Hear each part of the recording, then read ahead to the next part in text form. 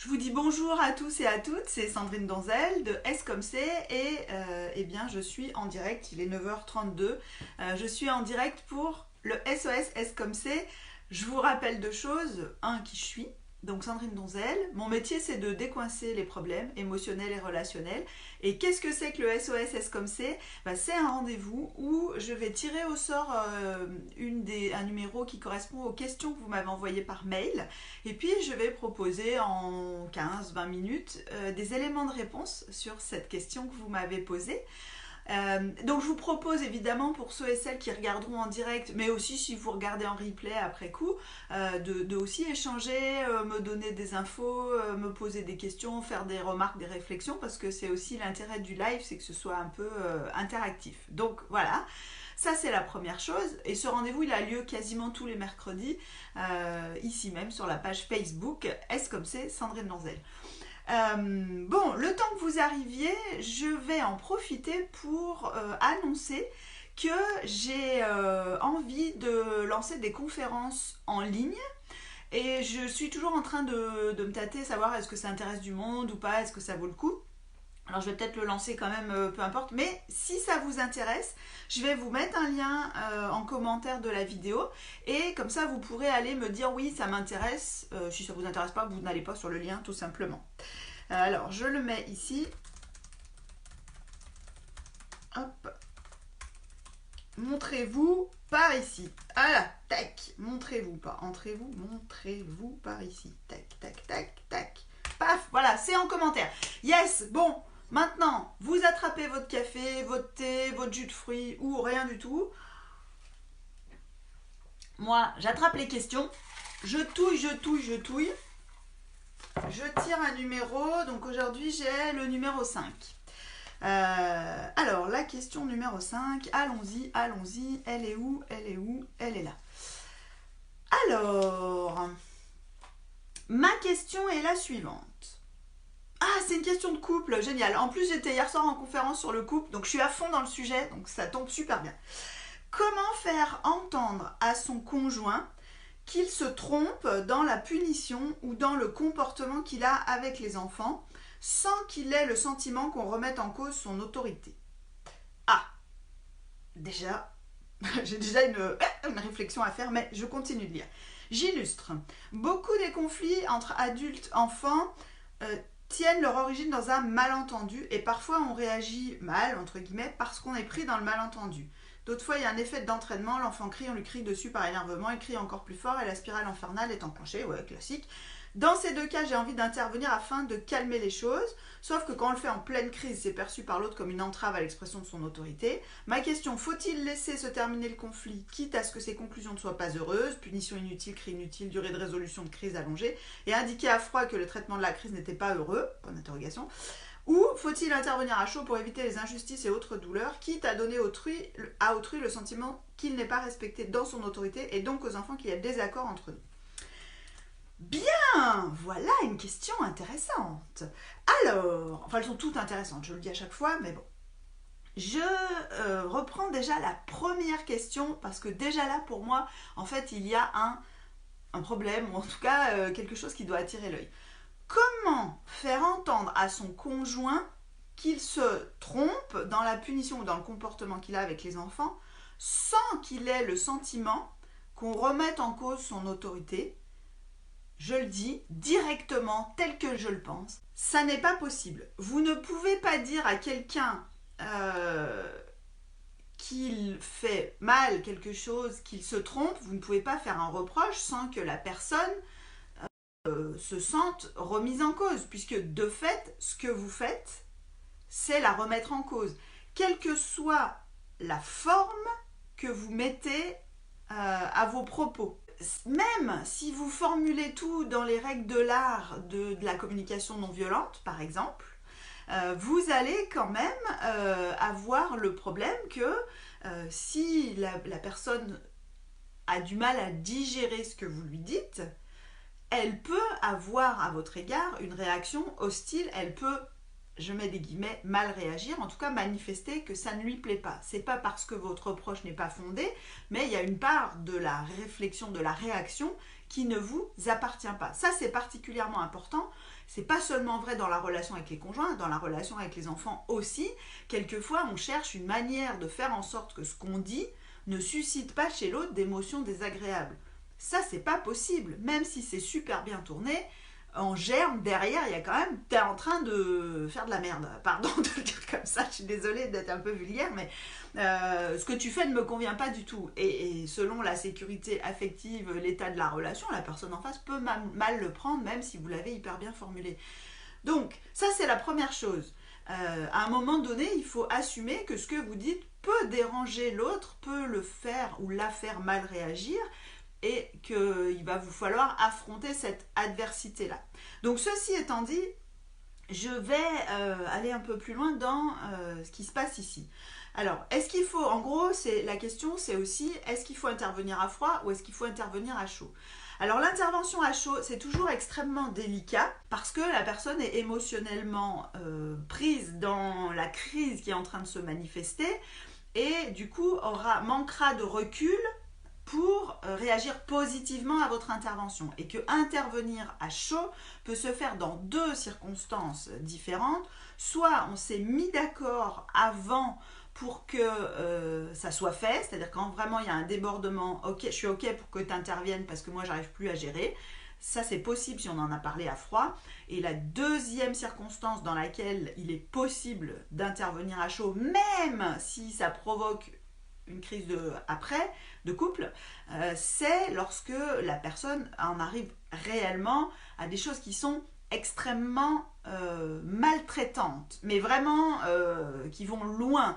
Donc ce que je vous invite à faire, c'est à vous poser la question, est-ce que si je laisse faire mon conjoint, puisque là c'est un conjoint, ma compagne, va avoir des comportements réellement profondément maltraitants où j'ai vraiment l'impression que mes enfants vont être malheureux, vont être très très mal. Et si vous êtes honnête avec vous-même, quand je pose cette question dans les accompagnements de couple que je fais, les gens sont honnêtes avec eux-mêmes et certains vont me dire oui, je suis vraiment profondément inquiet ou inquiète et je pense que mon conjoint ou ma compagne ne saura pas s'arrêter et va aller très très loin.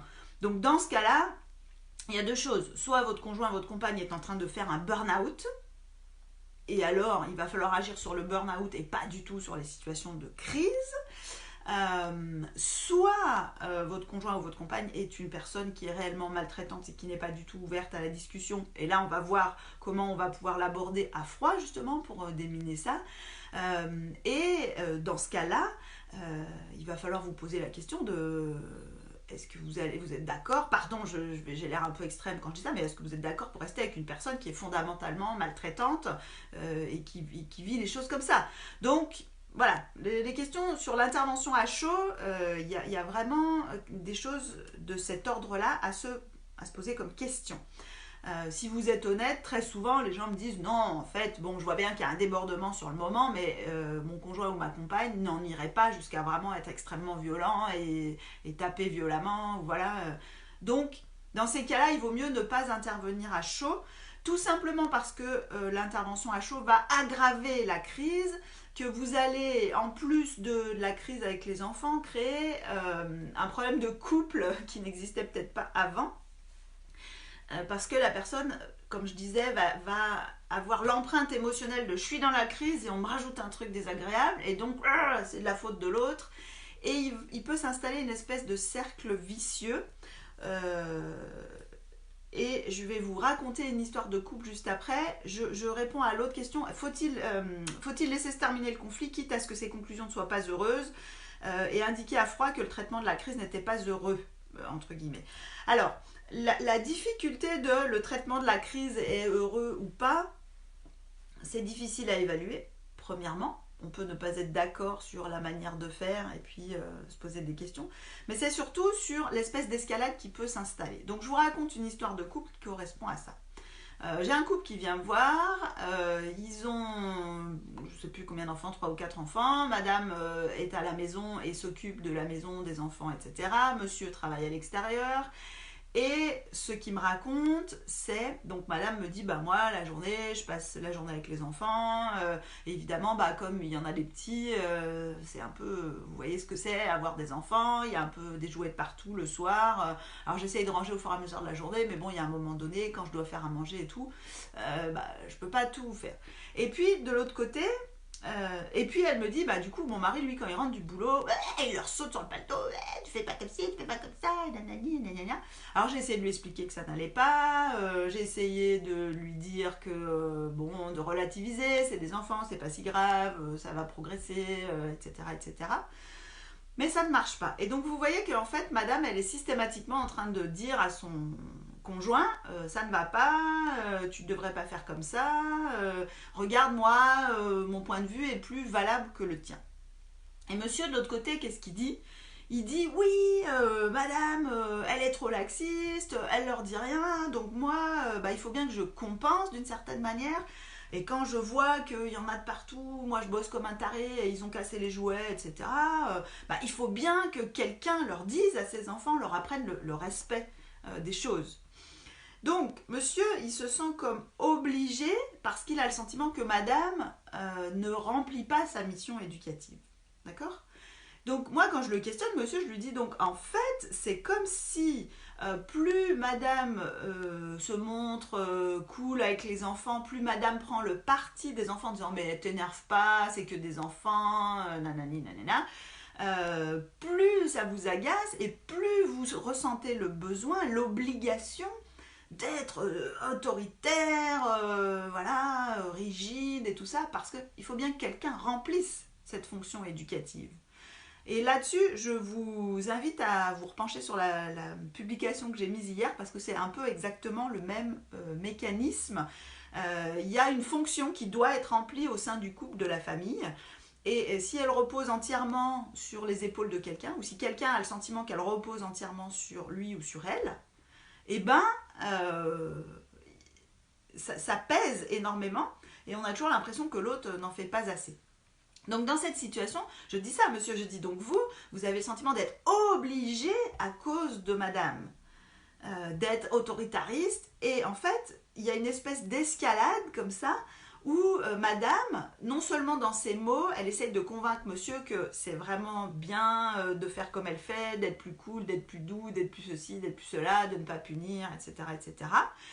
Mais de l'autre côté, l'escalade, c'est que monsieur essaye de convaincre madame, parfois directement dans la discussion, et ça finit généralement en conflit, mais aussi par ses actes, de lui montrer qu'il faut le faire, donc il en rajoute. Donc je vous invite à vous demander dans vos comportements, que vous soyez la personne la plus autoritaire ou la personne la plus cool, entre guillemets, alors attention, éducation positive, bienveillante, ne veut pas dire cool, hein, mais qui est plus là-dedans, mais qui peut être interprété par cool comme quelqu'un d'autre, à vous demander quelle est la part de vos comportements qui est vraiment destinée à l'éducation des enfants et quelle est la part qui est destinée à montrer à l'autre que c'est comme ça qu'il faut faire. Parce que ça, c'est important. Toute la part qui est destinée à montrer à l'autre que c'est comme ça qu'il faut faire et que c'est mieux, vous prenez le risque que cette part renforce l'autre dans sa position et en quelque sorte l'oblige à être encore plus autoritaire. Donc si vous avez une discussion là-dessus avec votre conjoint ou votre compagne, il est très important que ce ne soit pas une discussion, un débat, ça n'est pas une tentative pour convaincre l'autre. Ça n'est pas quelque chose où on va donner des arguments pour que l'autre finisse par dire « tu as raison ». Ça n'est pas ça, la communication et le dialogue.